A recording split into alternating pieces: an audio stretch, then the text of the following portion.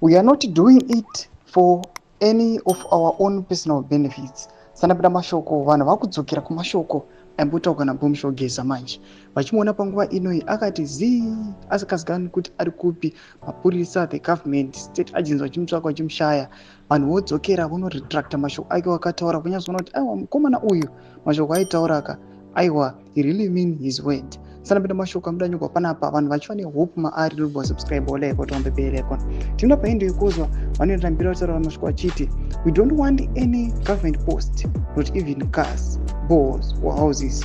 No, personally I have enough. We are doing this for the people, our kids and their own children.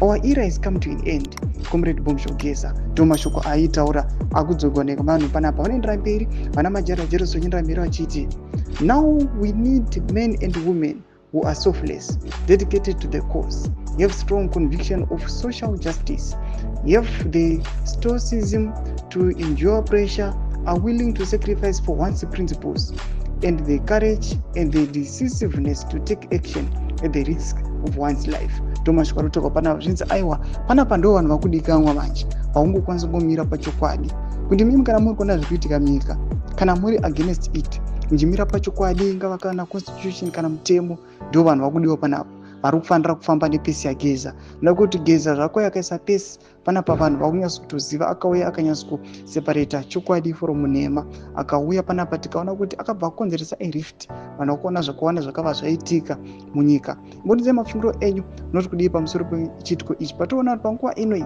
anyone anongoonekwa achikuenda against the mandra ungava uri member the ruling party ZANU-PF aivo vakomana they are being fired. Panguva inoi vauya zvavo vachikukura vachitaura zvavanotaura kuti isusu hamukatibvisi mubato zvikazodai but they have been expelled. Even Geza pachake.